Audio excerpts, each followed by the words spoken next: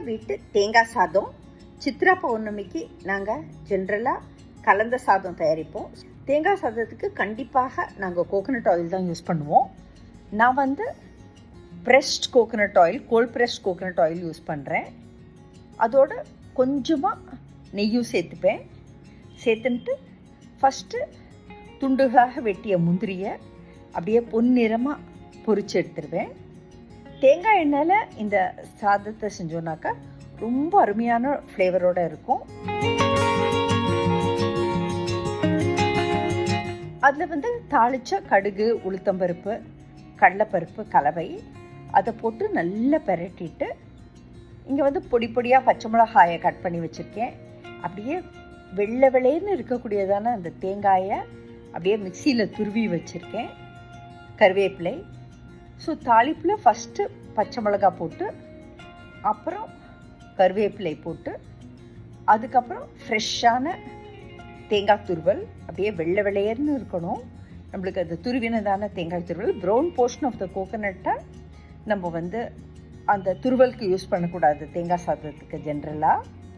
So நல்ல ஒரு generous dash of பெருங்காய பொடி. நாங்கள் வந்து கருவேப்பிலை பொடியும் யூஸ் பண்ணுவோம். இது வந்து ரொம்ப நல்ல ஒரு ஃப்ளேவரையும் நம்மளுக்கு அப்படியே கொடுக்கும். இந்த தேங்காய் சாதத்துக்கு தேவையான அளவு உப்பு சேர்த்துட்டு அப்படியே லோ மீடியம் ஹீட்லேயே அடுப்பை வச்சு அப்படியே அது நல்லா வதங்கின உடனே பச்சை வாசனை போக தேங்காய் துருவல் நல்லா உதிரியாக வச்சுருக்கிறதான சாதத்தை போட்டு அதையும் அப்படியே வந்து ஒரு வாட்டி பெரட்டிடுவோம். வான்லி சூட்லேயே அப்படியே பெரட்டிட்டு ஒரு 1 minute போல் அது அப்படியே லோ மீடியம் ஹீட்லேயே வச்சு பெரட்டிட்டு அப்படியே ஆஃப் பண்ணிவிட்டு வான்லி சூட்லேயே அது கொஞ்சம் நேரம் இருந்ததுனாக்கா அப்படியே நம்மளுக்கு உதிர்த்து விடவும் நல்ல சௌகரியமாக இருக்கும். இதுக்கு மேலே நம்ம நெய்யில் வறுத்து வச்சதான முந்திரி பருப்பை தூவி பரிமாறினோன்னாக்கா அருமையான தேங்காய் சாதம் தயார்.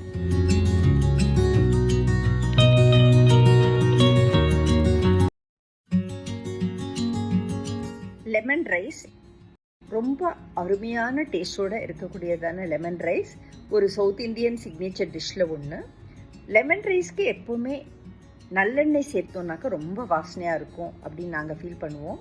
ஸோ நல்லெண்ணெயை ஒரு வாண்லியில் போட்டுட்டு அதில் தாளித்த கடுகு, உளுத்தம்பருப்பு, கடலைப்பருப்பு அது ரெடியாகவே வச்சுருப்போம் எங்கள் வீட்டில் எப்போவுமே. ஸோ அதை போட்டுட்டு கருவேப்பிலை, வேர்க்கடலை, பச்சை மிளகாய் எல்லாத்தையும் எடுத்து வச்சுருக்கேன். பச்சை மிளகாய் காரத்துக்கு தகுந்த அளவு துண்டுகளாக நறுக்கி வச்சதை சேர்க்குறேன் தாளிப்பில். அதுக்கப்புறம் கருவேப்பிலை இலைகளை சேர்த்து நல்ல ஒரு வாட்டி லோ மீடியம் ஹீட்லேயே அடுப்பை வச்சு அதை பெரட்டி விடுறேன். அந்த தாளிப்போட மஞ்சத்தூளையும் நல்ல எண்ணெயில் ஒரு வாட்டி பெரட்டிடுவோம். மஞ்சத்தூளை நாங்கள் இப்போ அப்படியே பெரட்டினோன்னாக்கா அது வந்து ஒரு பச்சை வாசனை இல்லாமல் ரொம்ப நல்லாயிருக்கும். ஒரு டேஷ் ஆஃப் பெருங்காயம் அதையும் அப்படியே சேர்க்குறேன். சேர்த்துட்டு தோல் குறித்த கடலை அதை சேர்த்துருக்கேன். சேர்த்துட்டு நல்லா அப்படியே வதக்கி விடுறேன் எல்லாத்தையும். அந்த எண்ணெயில் நம்ம மஞ்சப்பொடியும் வதக்கிறதானது இதுக்கு ஒரு சூப்பர் டேஸ்ட்டை கொடுக்கும். கருவேப்பிலை பொடி சேர்க்குறேன். எல்லாம் அப்படியே நல்லா வதங்கி வந்தோடனே உதிரியாக நம்ம செஞ்சு வச்சுருக்கிறதான சாதத்தை அப்படியே அதில் சேர்க்கலாம். சேர்த்துட்டு அடுப்பை எகெயின் லோ மீடியம் ஹீட்லேயே வச்சுட்டு ஒரே ஒரு வாட்டி இந்த சாதத்தையும் அந்த நம்ம தாளித்த கலவையோடு நல்லா அப்படியே ஜென்டிலாக அதை கலந்து விட்டுடலாம்.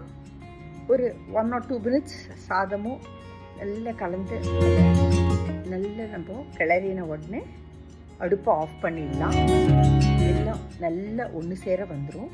அதுக்கப்புறம் ஒரு அரை மூடி எலுமிச்சம்பழத்தை சாறு பிழிஞ்சு வச்சுருக்கேன். இது கொஞ்சம் தூக்கலாக நம்ம வந்து எலுமிச்சம்பழ சாறு சேர்த்தா தான் இது வந்து டேஸ்ட் வந்து ரொம்ப நல்லாயிருக்கும். ஸோ எலுமிச்சம்பழ சாறை சேர்க்குறேன். சேர்த்துட்டு நல்லா கலந்து விட்டோம்னாக்கா அருமையான விட்டமின் சி ரிச்சான எலுமிச்சம்பழ சாதம் தயார். தேவையான கொஞ்சம் உப்பு போட்டுக்கலாம். சாதத்துக்கு உப்பு போட்டு வடிச்சிருந்தாக்க நம்ம வந்து இந்த ஸ்டேஜில் உப்பு போடக்கூடாது. எங்கள் வீட்டு எலுமிச்சம்பழ சாதம் தயார்.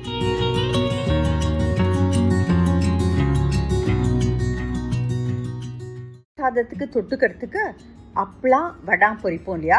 எங்கள் வீட்டில் நாங்கள் வந்து குறைச்சி எண்ணெயிலேயே எப்படி பொரிப்போம் அப்படிங்கிற வீடியோ தான் உங்கள் ஸ்க்ரீனில் தெரியுது. முதல்ல இந்த மாதிரி ஒரு அரிசி அப்பளம் எடுத்திருக்கேன். நல்ல சூடான எண்ணெயில் ஒரு ஓரத்துலேருந்து அதை அப்படியே போட்டு ஒரு சட்டுவும் ஒரு தட்டைக்கரண்டி ரெண்டு கையிலையும் பிடிச்சிட்டு அப்படியே அந்த அப்பளத்தை பிரித்து விடுவோம். அப்புறம் அப்படியே நம்ம வந்து கம்ப்ளீட்டாக எண்ணெயை வடிச்சிடலாம். துளி கூட எண்ணெயை ஒட்டாததில்ல. இந்த மாதிரியான சைஸ் இருக்கக்கூடியதான அப்பளம் நல்லா பொரிச்ச உடனே அவ்வளோ பெருசாக வந்துடும். நான் இன்னொன்று பொரிச்சு காமிக்கிறேன் பாருங்கள். ஓரத்துலேருந்து அப்படியே அப்பளத்தை மெல்லமாக விட்டுட்டு அதை அப்படியே கரண்டியால் நம்ம பிரித்து ஃபுல்லாக விடணும். அப்படியே நல்ல எண்ணெயையும் நம்ம அப்படியே வடிச்சிடலாம். இந்த விதத்தில் நம்ம பொரிச்சோன்னாக்கா ரொம்ப குறைச்சி எண்ணெயிலேயே நம்மளால் நல்ல மொறுமொறுப்பாக அப்பளத்தை பொரிக்க முடியும். அடுத்தது ஜவ்வரிசி வடை பாருங்கள். ஜவ்வரிசி வடத்தை அப்படியே உள்ளே போட்டு 2 கரண்டியாலையும், அதாவது ஒரு சட்டுவம் ஒரு தட்டைக்கரண்டி 2தாலையும் பிரித்து விட்டு இப்படி எண்ணெயை வடிக்கலாம். அப்படியே உங்களுக்கு ஒரே ஒரு கரண்டி வச்சு நீங்கள் பொரிக்கணுன்னா கூட அதையும் பொரிக்கலாம். உங்களுக்கு எது வாட்டமோ நீங்கள் அதை செஞ்சுக்கலாம். ஒரு கரண்டியாலையும் அப்படியே நீங்கள் பிரித்து விட்டு வடாம்னாக்க பொரிக்கலாம்.